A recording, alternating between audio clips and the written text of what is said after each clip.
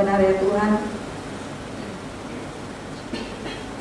sepantasnya kami memuji Engkau ya Tuhan, karena Engkau memang adalah Allah yang setia, Allah yang tidak pernah meninggalkan kami dari sejak semula sampai kepada saat ini, bahkan kami imani sampai selama-lamanya ya Tuhan. Kalau kami merenungkan ke dalam perjalanan hidup kami ya Tuhan, tak henti-hentinya kami menaikkan pujian kami dan penyembahan kami kepada Engkau ya Tuhan. Bahkan secara khusus di dalam kehidupan kami sebagai hamba-hambamu yang Engkau panggil dengan segala latar belakang kami ya Tuhan, menjadi hambamu yang melayani Engkau di tengah pelayanan kaum intelektual, siswa, mahasiswa, dan juga alumni ya Tuhan.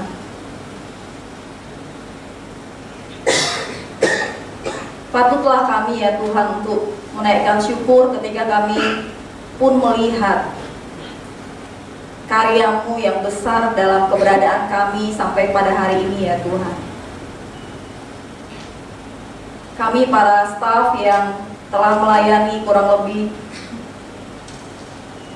13 sampai 22 atau bahkan lebih ya Tuhan. Siapakah kami ya Bapa, sehingga kami boleh ada sampai kepada saat ini dengan hal-hal yang Kau masih terus percayakan kepada kami, mengerjakan visi-Mu di tengah pelayanan perkantas ini ya Tuhan. Biarlah ya Tuhan kami senantiasa menyadari akan kebesaran kasih setia Tuhan itu, dan membuat kami terus memandang dan melihat kepada Engkau, memuji, menyembah Engkau, dan juga mengabdikan seluruh hidup kami kepada Engkau ya Tuhan. Dan pada saat ini ya Bapa, biarlah Engkau juga menyatakan isi hati-Mu kepada kami ya Tuhan. Biarlah Engkau yang menolong kami untuk kami bisa melihat apa yang Allah mau lihat, apa yang Allah telah lihat, apa yang Allah mau bukakan kepada kami ya Tuhan. Terima kasih Bapa di surga, kami menyerahkan perenungan kami pada sore hari ini ke dalam pengasihan-Mu. Dalam nama Tuhan Yesus kami bersyukur dan berdoa. Amin. Selamat sore buat kita semua. Di awal-awal tadi merasakan bahwa ternyata berkumpul dengan kita semua ini bisa juga ternyata ketawa-ketawa ya, bisa juga berperaga-peraga tadi ya, dengan segala macam peraga, dan bisa saling mengejek dan bisa saling mentertawakan satu sama lain ya.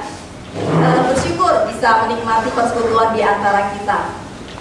Nah, pada sore hari ini saya ingin menyambut kita semua kembali. Selamat datang di Pulau Bali ya. Ya, selamat datang di Pulau Bali yang salah satu bahkan mungkin yang dikenal ya, pulau yang dikenal mewakili Indonesia untuk negara-negara lain gitu ya. Jadi suatu kehormatan kalau kita bisa retreat di pulau yang sangat luar biasa ini. Dan selamat datang di hotel kita yang sangat baik, yaitu Palm Beach ya, yang telah disiapkan oleh Mas Agus.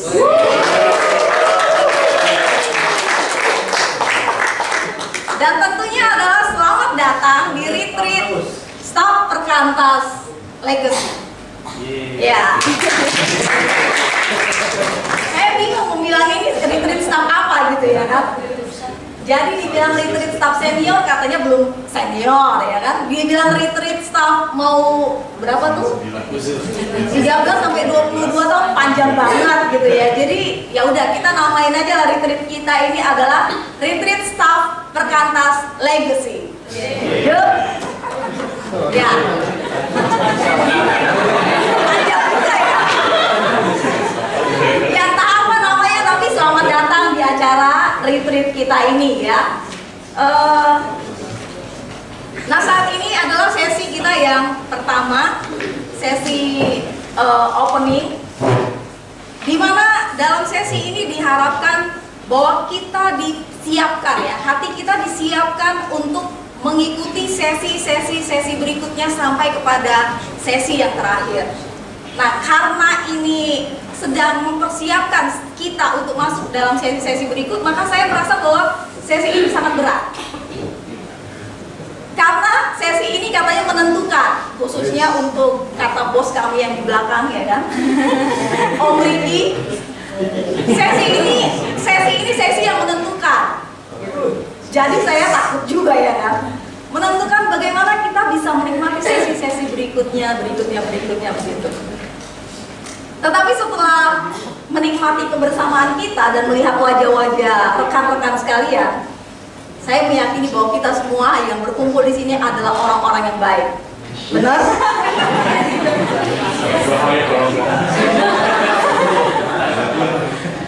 Nah, karena kita orang-orang yang baik, maka saya yakin bahwa kita semua pasti sudah siap untuk mengikuti sesi demi sesi sampai hari terakhir.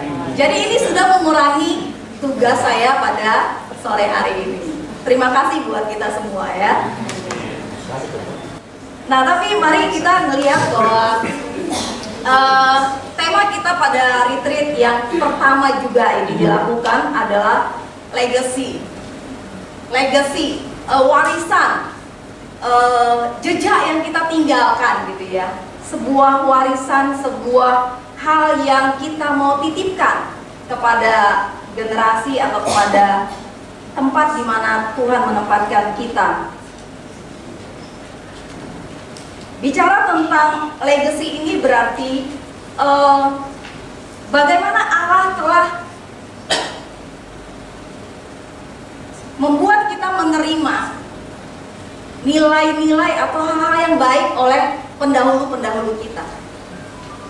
Jadi apa yang kita sedang kerjakan, apa yang sedang kita lakukan tidak lepas dari bagian yang sudah diwariskan oleh generasi-generasi sebelum kita. Dan legacy juga bicara bagaimana kita memelihara warisan, memelihara hal-hal yang baik yang sudah dinyatakan, diberikan kepada kita.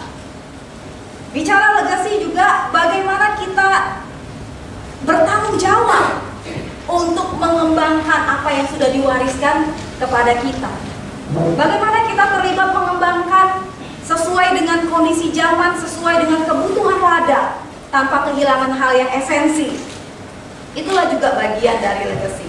Dan yang berikutnya, legacy adalah bagaimana kita meneruskannya, bagaimana kita memberikannya kepada generasi-generasi yang ada di bawah kita. Sehingga dengan legacy ini, maka visi Tuhan digenapi di dalam pelayanan perkantas, generasi demi generasi.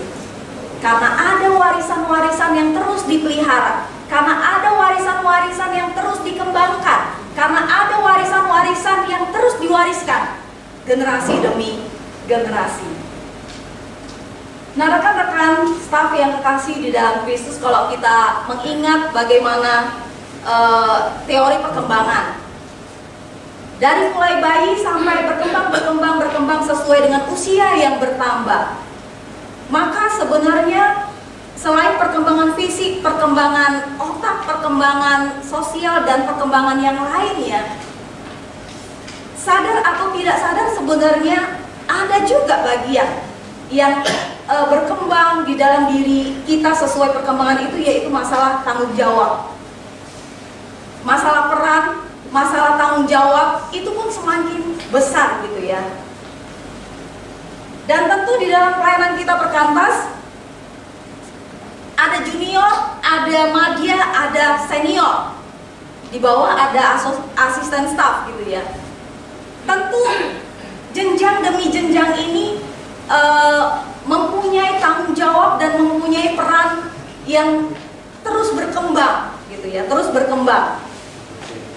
Saya menyadari bahwa ketika saya mulai masuk jadi staff, Yang ada dalam benak, yang ada dalam pikiran itu adalah bagaimana mendampingi pelayanan siswa. Fokusnya hanya kepada pelayanan siswa. Tetapi ketika semakin tahun bertambah sampai kepada Madya mulai banyak tahu tentang pelayanan perkantas dan mulai ikut terlibat di dalam memikirkan bukan hanya pelayanan siswa, tetapi pelayanan mahasiswa, pelayanan alumni, bahkan sudah mulai mikir pelayanan regional.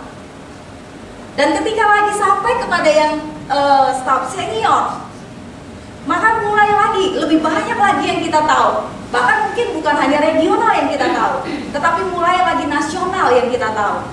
Dan itu membuat sadar tidak sadar kita pun terikut untuk memikirkan dan juga terlibat di dalam pelayanan-pelayanan itu. Jadi hal ini tidak kita sadari bersama gitu, bahwa kalau saat ini kita sudah sampai kepada usia pelayanan di perkantas 13 tahun sampai kepada 22 tahun, bahkan mungkin ada yang lebih ya, kayak yang lebih dari 22 tahun ada nggak? Selain PHR? Oh iya ya, Mas Agus udah berapa Mas? 30 tahun. Wah. 30 tahun. Kalau kita 22 tahun dan mungkin ada yang lebih dari 22 tahun. Mbak ini berapa ya Mbak ini? Berapa? Berapa Mbak ya? 20. Wah, Mbak Eni udah 20 tahun. Bukan usianya ya. Usia pelayanannya di perkantas. Nah tentu ada perbedaan dari sejak tahun pertama, kedua, seterusnya sampai kepada tahun yang kita sekarang ini. Ada sebuah peran, ada sebuah tanggung jawab yang lebih besar yang sebenarnya menjadi bagian kita. Nah, kesempatan ini saya memberikan kepada rekan-rekan sekalian, men-sharingkan di teman sebelahnya aja. Kira-kira apa perbedaan yang dialami dari sejak masuk menjadi asisten staf, staf junior, staf madya, dan staf senior? Kenapa?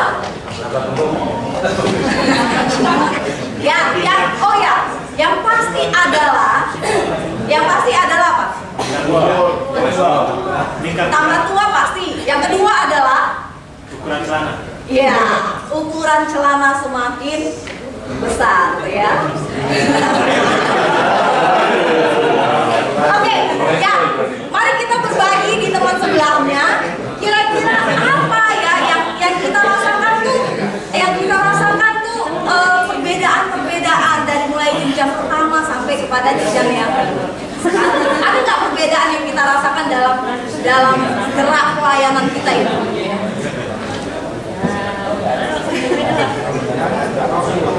Sebelahnya kita bisa mendengarkan beberapa orang perwakilan ya. Dari sebelah kanan saya bisa berbagi teman kita Tina dan Mas Didi ya. Oke. Tadinya mereka berdua kan saling berbagi. Nah sekarang kita ingin mereka berbagi kepada kita semua ya. Nah jadi silakan Mas Didi, silakan dibagikan kira-kira apa yang dirasa dalam kegiatan pelayanan dari usia 1 tahun sampai kepada yang sekarang ini. Jadi saya sempat sharing tadi di awal pelayanan Katina ini, mulai awal untuk mengambil keputusan agak lambat, ya, terus melankolis. Ketika semakin senior, khususnya waktu menjabat PJ, lebih dituntut untuk lebih cepat untuk keputusan-keputusan. Jadi lebih banyak ke koleriknya, itu yang ditonjolkan. Jadi lebih koleriknya seperti itu. Ya. Terus tegas dan seperti itu. Jadi kalau saya mengenal Kak Tina yang Mama Lembut seperti etiku saya neng ya tadi ya. Yang Mama Lembut ya.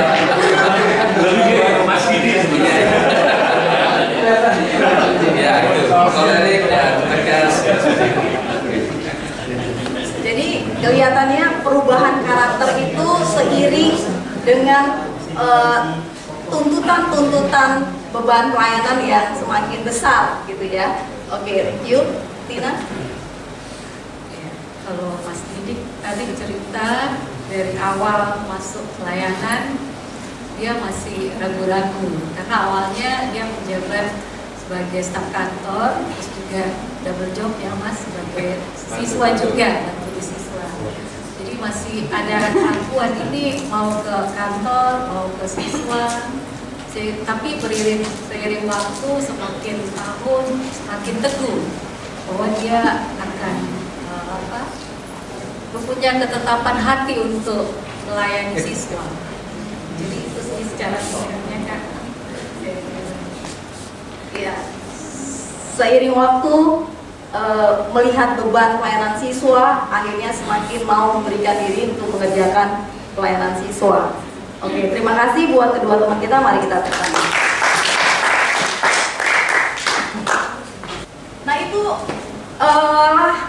bagian ya sebenarnya, bagian kecil dari perbedaan perkembangan yang kita alami, bahkan bukan hanya kedua teman kita, tetapi kita semua semakin tambah tahun sebenarnya semakin banyak yang Tuhan perbuat, dan juga itu membuat kita pun semakin menyadari peran kita semakin besar di dalam pelayanan perkantas ini. Nah, itulah yang menjadi salah satu latar belakang dari retreat kita ini gitu. Menyadari bahwa di dalam usia pelayanan kita yang sudah sampai kepada saat ini, ada peran yang besar, ada tanggung jawab yang besar yang menjadi bagian menentukan arah dari pelayanan kita perkantas ke depan. Walaupun kita tidak tahu sampai kapan kita akan terus berada di perkantas, tetapi setidaknya dengan kehadiran kita pada saat ini, ada tanggung jawab, ada peran yang harus kita kerjakan untuk mewujudkan visi Allah di dalam pelayanan perkantas ini.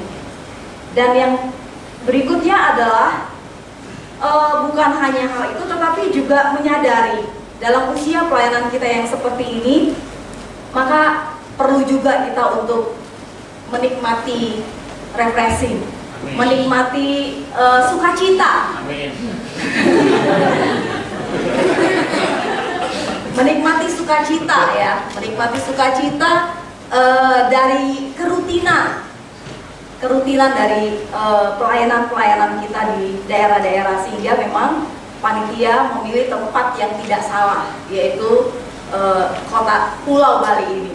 Dan nanti di hari Minggu kita juga akan menikmati Pulau Bali ini yang akan digait oleh Mas Agus. Amin. Amin. Nah, menyiapkan hati kita untuk menikmati retreat sepanjang 4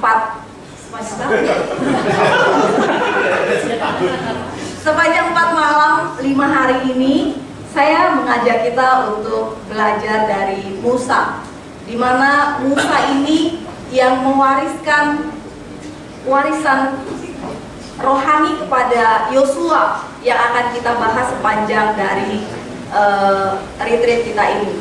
Mari kita membuka kitab Ulangan pasal 31 ayat 1 sampai yang ke-8. Mari kita membaca dari ayat yang pertama nanti sampai ayat yang ke-8. Teman-teman yang lelaki membaca ayat yang ganjil dan teman-teman perempuan membaca ayat yang genap. Mari kita secara bergantian, dimulai dari laki-laki 1, 2, 3. Kemudian berilah Musa lalu mengatakan segala perkataan ini kepada seluruh orang Israel. Berkatalah ia kepada mereka, laksana belum 120 tahun, aku tidak dapat berjalan lagi, dan Tuhan telah berfirman kepadaku, sungai Yordan ini adalah atas kesadaran. Tuhan Allahmu ialah yang dari hadapanmu, sehingga engkau dapat memiliki negeri mereka. Yosua, dialah yang akan menyerang di depanmu, sehingga diberikan Tuhan. Dan Tuhan akan melakukan terhadap mereka seperti yang dilakukannya terhadap Sihon dan Og, raja-raja orang Amori, dan telah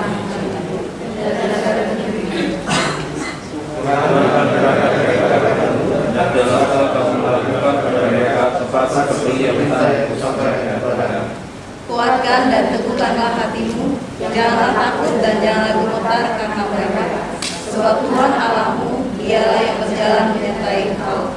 Dia tidak akan membiarkan engkau dan tidak akan meninggalkan engkau. Lalu Musa memanggil Yosua dan berkata kepadanya di depan seluruh bangsa, kuatkan dan teguhkanlah hatimu, sebab engkau akan masuk bersama-sama dengan bangsa ini ke negeri yang dijadikan Tuhan dengan sumpah kepada nenek moyang mereka untuk memberikannya kepada mereka, dan engkau akan memimpin mereka sampai mereka memilikinya. Sebab itu Tuhan dia sendiri akan berjalan di depanmu, dia sendiri akan menyertai engkau, dia tidak akan membiarkan engkau dan tidak akan meninggalkan engkau. Janganlah takut dan janganlah patah hati. Kemudian pergilah Musa, lalu mengatakan segala perkataan ini kepada seluruh orang Israel. Berkatalah ia kepada mereka, aku sekarang berumur 120 tahun. Aku tidak dapat giat lagi. Dan Tuhan telah berfirman kepadaku, Sungai Yordan ini tidak akan kau seberangi. Tuhan Allahmu, dialah yang akan menyeberang di depanmu. Dialah yang akan memunahkan bangsa-bangsa itu dari hadapanmu, sehingga engkau dapat memiliki negeri mereka. Yosua, dialah yang akan menyeberang di depanmu, seperti yang difirmankan Tuhan. Dan Tuhan akan melakukan terhadap mereka seperti yang raja-raja orang Amori yang telah dipunahkannya itu terhadap negeri mereka. Tuhan akan menyerahkan mereka kepadamu, dan haruslah kamu melakukan kepada mereka tepat seperti perintah yang kusampaikan kepadamu. Kuatkan dan teguhkanlah hatimu.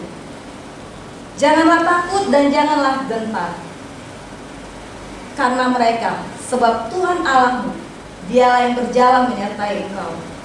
Ia tidak akan membiarkan engkau dan tidak akan meninggalkan engkau. Lalu Musa memanggil Yosua dan berkata kepada Yosua,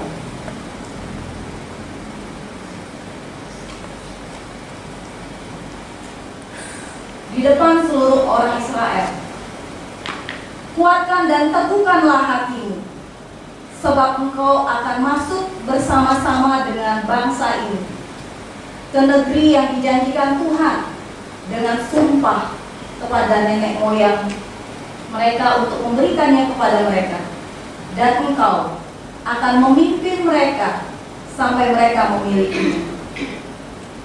Sebab Tuhan, Dia sendiri akan berjalan di depanmu. Dia sendiri akan menyertai engkau.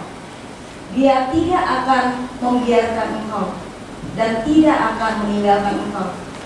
Janganlah takut dan janganlah patah hati. Nah, teman-teman, pada bagian firman Tuhan ini saya ingin mengajak kita untuk pada saat bagaimana Musa menyampaikan perikop ini, menyampaikan narasi ini kepada bangsa Israel dan juga kepada Yosua pada waktu itu. Saya mengajak kita untuk kelompok yang sebelah kiri. Mari coba merasakan dan juga mencoba duduk atau berdiri dalam posisi Musa. Apa kira-kira yang dirasakan oleh Musa ketika dia menyampaikan firman ini, menyatakan perkataannya itu kepada bangsa Israel dan juga kepada Yosua? Apa kira-kira yang dirasakan Musa pada waktu itu? Dan kira-kira kenapa Musa bisa mengatakan hal yang seperti ini kepada bangsa Israel dan juga kepada Musa pada waktu itu? Yosua dan teman-teman yang di tengah, coba merasakan bagaimana kita menjadi Yosua, karena Yosua ada di tengah. Coba merasakan apa yang dirasakan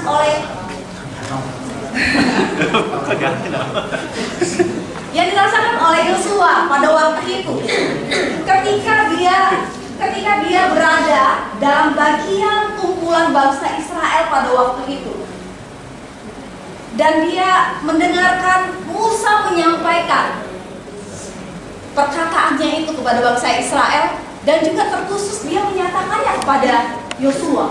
Apa kira-kira yang dirasakan oleh Yosua pada waktu itu? Dan yang berikutnya adalah yang sebelah kanan. Mari kita coba berada pada posisi bangsa Israel, bangsa yang telah dipimpin oleh Musa kurang lebih 40 tahun. Apa kira-kira yang dirasakan oleh bangsa Israel ketika mereka mendengarkan Musa berbicara seperti itu kepada mereka? Apa yang ada dalam benak dan apa yang ada dalam pikiran bangsa Israel pada saat Musa menyatakan itu kepada mereka? Mari silakan direnungkan dan juga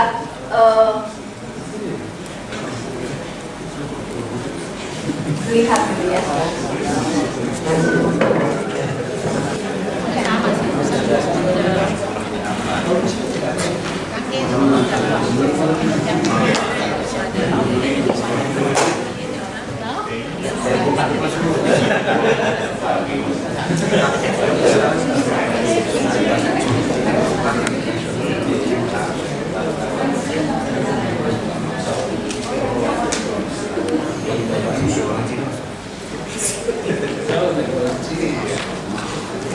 Ya, kita akan mencoba untuk mendengarkan kira-kira apa yang dirasakan oleh teman-teman yang telah memposisikan dirinya kepada bangsa Israel. Apa kira-kira yang dirasakan dan dipikirkan oleh bangsa Israel ketika mereka mendengarkan Musa menyatakan perikop yang telah kita baca tadi? Apa yang dirasakan dan dipikirkan oleh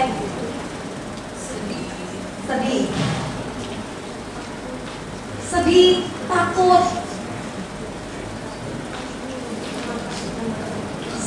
takut, ragu untuk melangkah ke depan. Hai Israel, apa yang kau rasakan?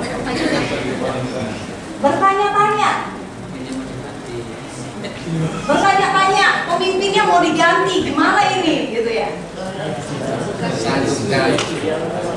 Sanggupkah Yosua membawa kami ke tanah Kanaan?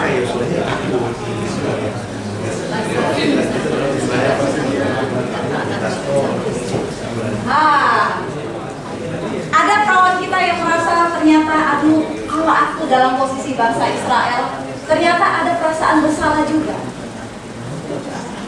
Karena selama sepanjang perjalanan ada tidak taat sama Musa. Jadi ada rasa penyesal gitu ya. Sedih karena Musa nggak ikut masuk bersama-sama dengan mereka ke tanah Kanaan. Ada lagi? Yang nangis. Anda berjawab semua dan mereka tinggal menangis.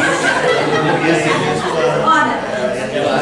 Ya, walaupun sedih itu mereka tetap ada ya, satu sisi mereka sedih, satu sisi mereka tidak mau Musa tidak ikut dengan mereka, mereka takut, mereka ragu. Tetapi satu sisi ternyata apa yang disampaikan Musa menjadi penguatan kepada mereka untuk mereka berani untuk melangkah di tengah ketakutan tadi, perasaan-perasaan. Yang berikutnya mari kita coba mendengar apa yang dirasakan oleh Yosua pada saat itu.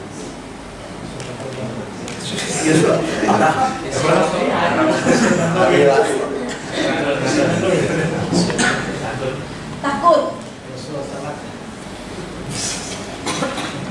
Yosua merasa takut karena tidak akan bersama dengan Musa yang selama perjalanan 40 tahun. Oh enggak juga. Oh ya, oke. Dilempar.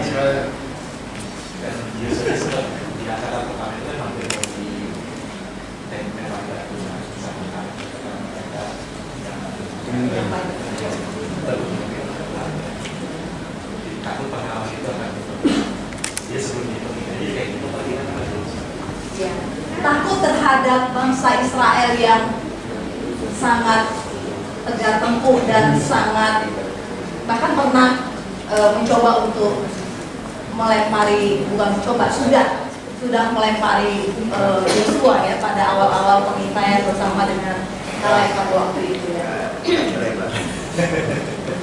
Ada lagi?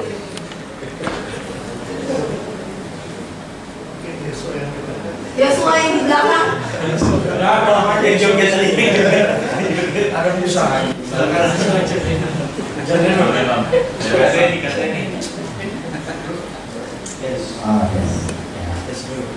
Yosua tentu kami bersyukur karena Musa memilih orang yang tepat.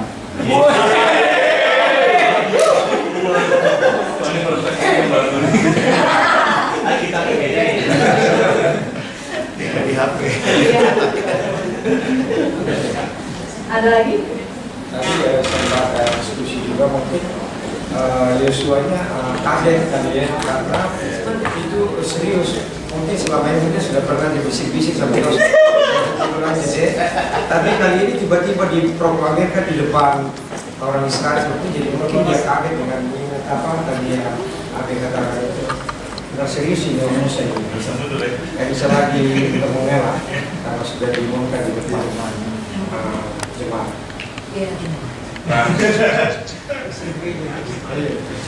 Musa merasa takut menghadapi bangsa Israel. Musa merasa kaget tapi tidak. Yosua kaget tapi dia tidak bisa mundur. Dia harus terus maju karena sudah diproklamir kepada bangsa.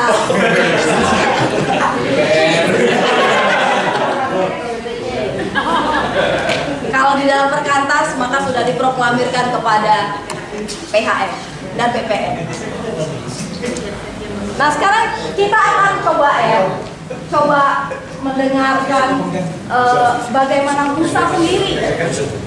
Musa yang menyampaikan perikop ini, bagaimana Musa merasakan apa yang dirasakannya ketika dia menyampaikan apa yang dirasakan oleh Musa dan kenapa Musa itu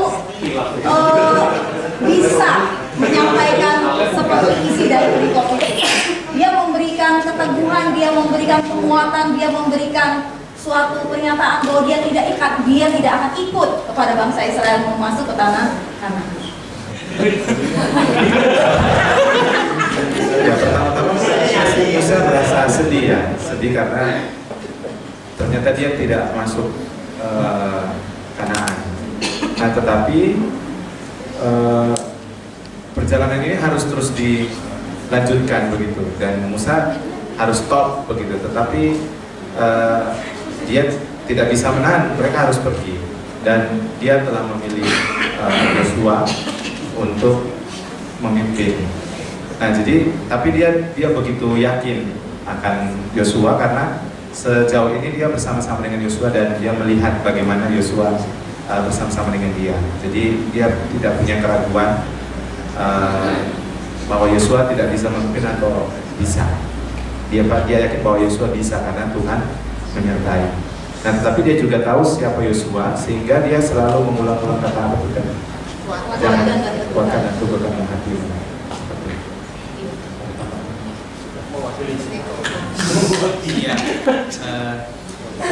Ya, Yosua seorang pemimpin yang setia, tetapi Musa juga tahu umat Israel itu bangsa yang tegar tengkuk. Jadi memang tadi teman-teman juga bilang di awal Musa harus ngomong sama seluruh umat dulu. Baru setelah umat tahu, dia panggil Yosua untuk ngomong secara khusus. Dan secara psikologis bagi Yosua itu akan menguatkan Yosua. Jadi tadi dikatakan walaupun Yosua takut, tetapi Musa mengenal Yosua karena Yosua setia selama ini. Lalu Musa juga punya rasa tenang karena Tuhan yang memilih Yosua dan Tuhan yang meminta Yosua untuk melanjutkan kepemimpinan. Oke, silakan, ada yang ditambahkan? Saya tidak bisa menyelami pikiran Musa begitu karena nampak sangat ideal, atau itu mungkin cermin dari kedekatan dia yang sedemikian rupa dengan Tuhan. Dikatakan orang yang bisa berjumpa muka dengan muka begitu dengan Allah. Heran, bagi saya heran juga begitu. Pasti kualitas perjumpaan Musa dan Yosua dengan Tuhan. Musa tahu bahwa Yosua tidak mengalami satu kedalaman perjumpaan seperti dia. Tapi saya lihat di sini tidak seperti staf perkantas, kebanyakan kepada junior yang kurang percaya dengan beban pelayanan, yang kurang yang menganggap masih anak kemarin sore. Tapi justru Musa sangat percaya pelayanan ini, kepemimpinan terhadap Israel ini bisa dilanjutkan oleh Yosua. Jadi saya tidak bisa menyelami kenapa Musa begitu percaya, karena dia tahu sebenarnya kualitas interaksi dia dengan Allah sangat berbeda dengan Yosua dengan Allah. Ini yang bagi saya masih misteri. Oke ya, thank you untuk semua. Jadi kalau kita melihat tadi Musa ya, bahwa satu sisi kita, walaupun tadi Mas Yusuf bilang sepertinya sangat tidak mungkin untuk bisa menyelami apa yang diselami Musa, karena memang mungkin tidak bisa kita selami seperti itu, tetapi mencoba untuk merasakan atau mencoba untuk mereka-reka gitu ya. Kalau mencoba untuk mereka-reka, maka tadi kita melihat bahwa satu sisi Musa pastilah merasa sedih gitu ya. Saya membayangkan Musa gitu ya. Musa sejak bayi dia kan sudah dipisahkan dari bangsanya Israel. Musa dipisahkan dari bangsanya Israel. Musa dari kecil bertumbuh di Mesir seperti itu. Dia bersama dengan bangsa lain, bukan bangsa dia. Dan yang berikutnya adalah Musa itu tidak pernah, atau Musa itu pasti dia memimpi-mimpikan juga satu hari dia bisa menginjakkan kakinya kepada tanah perjanjian atau kepada tanah nenek moyangnya. Dan kalau kita melihat perjuangan dia juga ketika bagaimana dia terlibat dalam bagaimana membawa bangsa Israel keluar dari tanah Mesir, dan juga dalam perjalanan bangsa Israel menuju ke tanah Kanaan, rasanya pasti dialah sangat bisa saja gitu, sangat kok kecewa seperti itu ya, bisa saja mengalami rasa kecewa. Kenapa? Marah, bahkan marah gitu ya. Dia tidak bisa masuk ke tanah Kanaan. Tetapi hal yang menarik dari situasi itu adalah Musa bisa menyampaikan warisan. Dia bisa menyampaikan sebuah pesan yang positif kepada bangsa Israel dan juga kepada Yosua. Bisa saja ketika Allah menyatakan bahwa kau tidak akan melanjutkan untuk masuk ke tanah perjanjian, maka Musa bisa saja pergi meninggalkan bangsa Israel. Bisa saja kemungkinan hal itu terjadi. Tetapi Musa tidak melakukan hal itu.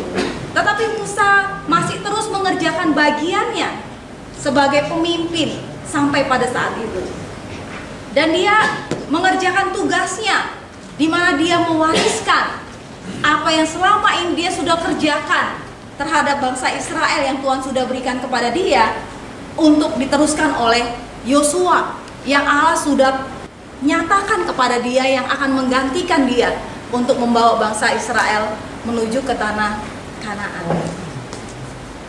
Nah, rekan-rekan yang kekasih di dalam Kristus, saya mengajak kita untuk melihat bagaimana Musa dalam kondisi yang sulit, bagaimana Musa di dalam kondisi yang sama sekali Allah tanda petik tidak memperhitungkan dirinya, dia masih bisa mewariskan hal yang positif, dia masih bisa mewariskan hal yang baik, yang sesuai apa yang Tuhan mau kepada bangsa Israel dan juga kepada Yosua untuk meneruskan apa yang dia sudah kerjakan di dalam melayani bangsa Israel. Nah, teman-teman yang kekasih di dalam Kristus, tentu dalam retreat kita 4 malam 5 hari ini, saya mengajak kita untuk melihat kepada kita, melihat kepada diri kita. Apa yang kita alami di ladang pelayanan kita masing-masing, apa yang sedang terjadi, apa yang sedang bergolak di dalam hati dan pikiran kita, bahkan sikap-sikap kita. Mungkin hal itu tidak memungkinkan kita untuk memikirkan perkantas atau memikirkan apa yang terbaik untuk perkantas, untuk memikirkan apa yang akan aku wariskan yang baik untuk perkantas, untuk generasi di bawahku. Tetapi mari kita pada saat ini melihat kepada Musa. Musa tidak egois, Musa tidak melihat fokus kepada dirinya, tetapi Musa mementingkan visinya Allah itu sendiri, membawa bangsa Israel menuju ke tanah Kanaan, sehingga dia bisa mewariskan yang baik bagi bangsa Israel dan Yosua. Maka demikianlah kita, mari kita membuka hati kita, membuka pikiran kita untuk melihat apa yang Allah mau nyatakan kepada kita sepanjang retreat ini. Warisan apa yang harusnya kita lakukan, yang kita berikan kepada generasi-generasi di bawah kita dalam peran kita sebagai staf yang sudah masuk dalam jenjang senior ini.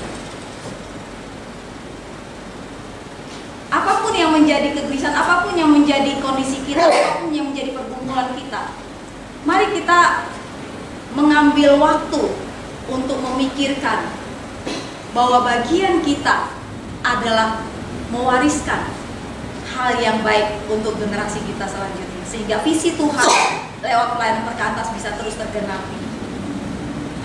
Dan warisan yang baik itu gitu ya, dalam Musa, dalam Yosua itu nanti akan kita lihat warisan-warisan positif apa, warisan-warisan baik apa yang akan yang bisa kita wariskan. Itu akan nanti dibahas di dalam tiap eksposisi kita, dan itu juga akan kita diskusikan dalam bentuk-bentuk diskusi sepanjang retreat kita ini gitu. Nah, jadi biarlah bagian firman Tuhan ini menjadi pendahulu buat kita memasuki hari-hari ke depan ini, bahwa sebagai pelayan Tuhan yang Tuhan sudah percayakan dengan pelayanan perkantas ini, ada bagian penting yang harus kita kerjakan, yaitu mewariskan yang baik dalam pelayanan perkantas. Warisan seperti apa? Itulah nanti yang akan kita bahas selanjutnya dalam sesi-sesi selanjutnya. Mari kita menundukkan kepala kita. Mari kita menyatakan keterbukaan hati kita kepada Tuhan. Keterbukaan hati kita untuk mendengarkan Tuhan, menerima apa yang Tuhan mau titipkan kepada kita dan kita titipkan kepada pelayanan kita perkantas, kepada generasi demi generasi di bawah kita.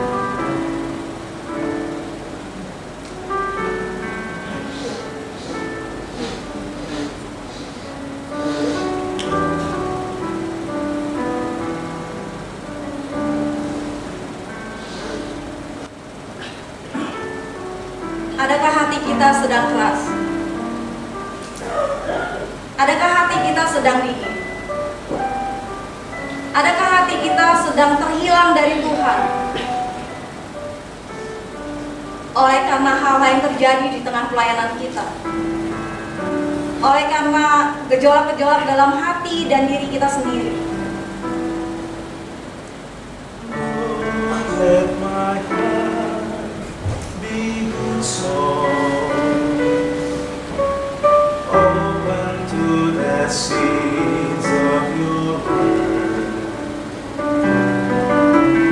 Lord, let my heart be good soil, where love can grow and peace is understood.